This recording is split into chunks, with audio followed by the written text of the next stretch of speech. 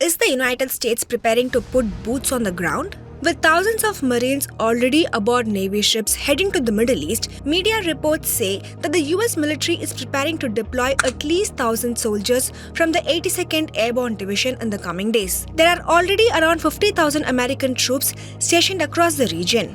Now, sending even more troops would be a big step for the US military presence, even as President Trump keeps talking about the possibility of striking a deal with Tehran to end the war. But before we go any further, here's what you should know about the 82nd Airborne Division. It is considered the Army's premier emergency response force capable of deploying on extremely short notice, in fact, anywhere in the world within 18 hours.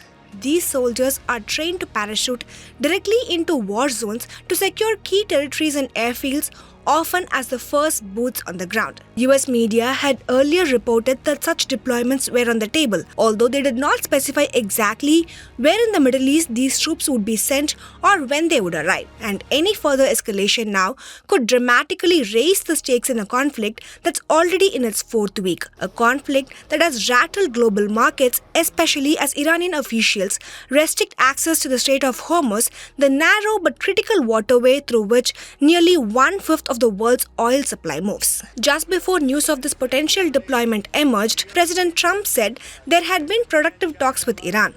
Iran, however, publicly denied that any talks had taken place. Meanwhile, the US has carried strikes against 9,000 targets inside Iran since US and Israeli military operations against the country started on February 28th.